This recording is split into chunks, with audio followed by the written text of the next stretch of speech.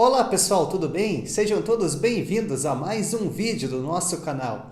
Hoje eu estou aqui para compartilhar com vocês um pequeno trecho de uma obra que eu estou lendo que se chama Os 8 Pilares da Sabedoria Grega. O que podemos aprender com a história e os mitos clássicos? É esse texto aqui do autor Stephen Bertman. Então, aqui na página 10, ele nos apresenta as lições da Grécia Antiga e o autor pergunta: quais são os ensinamentos? Afinal, o que a Grécia Antiga deixou para nós? Qual o legado? Em primeiro lugar, o autor diz o seguinte: nós devemos ter consciência que a nossa vida é breve, a nossa vida é frágil e, portanto, preciosa demais para ser desperdiçada. Afinal, essa é a única vida que temos. Vocês já pararam para pensar de como nós valorizamos a nossa vida? Como que nós cuidamos da nossa vida, como nós cuidamos do nosso corpo e como que também nós atentamos para a vida das pessoas que estão ao nosso redor? A nossa vida, como nos alerta a filosofia grega antiga, a nossa vida é frágil, ela é frágil e nós precisamos cuidar da nossa vida. Em segundo lugar, diz o autor, que nós não sabemos o que somos até nos dispormos a descobrir quem podemos ser. Dentro de nós se esconde um potencial ainda não realizado. Uma pessoa que ainda iremos nos tornar, ou seja, cada um de nós tem um potencial enorme dentro de si. Por exemplo, você que está estudando, você tem um potencial enorme para desenvolver novas habilidades, adquirir novos conteúdos, ou seja, hoje nós somos uma pessoa, mas cada um de nós pode ser ainda muito melhor do que já é hoje, cada vez mais adquirindo conhecimentos e com as nossas vivências.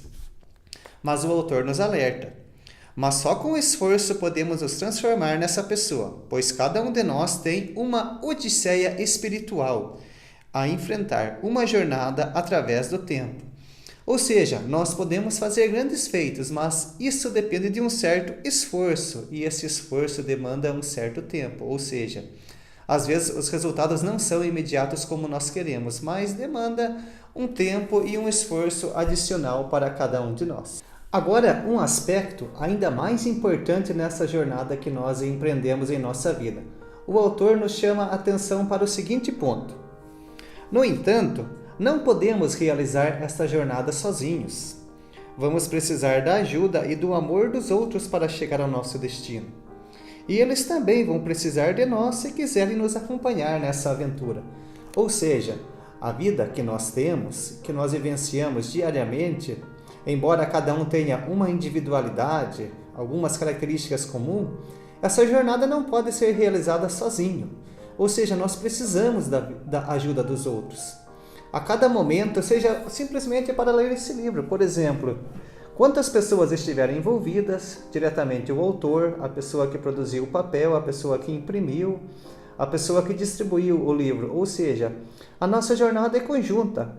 Todos nós precisamos uns dos outros para a nossa realização. E na sequência o autor nos alerta o seguinte: sem dúvida, encontraremos grandes obstáculos e tentações ao longo do percurso. Todos de vocês sabem a quantas dificuldades cada um encontra, quantos desafios, eventualmente até pensando em desistir do seu percurso, mas o autor nos adverte: vamos ter o impulso de nos deixarmos levar pela correnteza, de nos submetermos à vontade dos outros, de abandonarmos os próprios sonhos. Ou seja, não abandonem os seus sonhos por causa de obstáculos e desafios. Os obstáculos e desafios fazem parte da jornada. Aliás, tem um provérbio que diz o seguinte: são os mares bravios que fazem a fama dos grandes navegadores. Ou seja, paradoxalmente, o modo para nós alcançarmos os nossos sonhos, para que nós alcançarmos um melhor conhecimento, implica superar desafios. À medida que vamos superando os desafios e os obstáculos, nós vamos ficando melhor e adquirindo mais experiência e mais conhecimento. Entretanto, o autor alerta que o maior obstáculo não é aquele que nós encontramos, não são as pedras no caminho. O maior obstáculo, porém, não está no exterior, mas dentro de cada um de nós. Ou seja, o maior obstáculo está no nosso interior, ou seja, no nosso coração, podemos dizer na nossa força de vontade. o desejo de permanecer como somos em vez de nos tornarmos o que ainda podemos ser. O maior adversário é o nosso inimigo interior, pois em nosso íntimo se encontram emoções sombrias e destrutivas.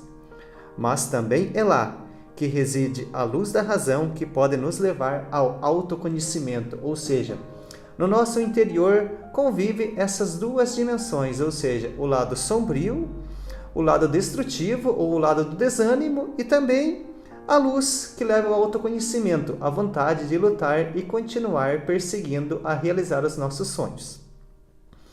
Diz o autor, é preciso viver com paixão e ter cuidado com a sedução.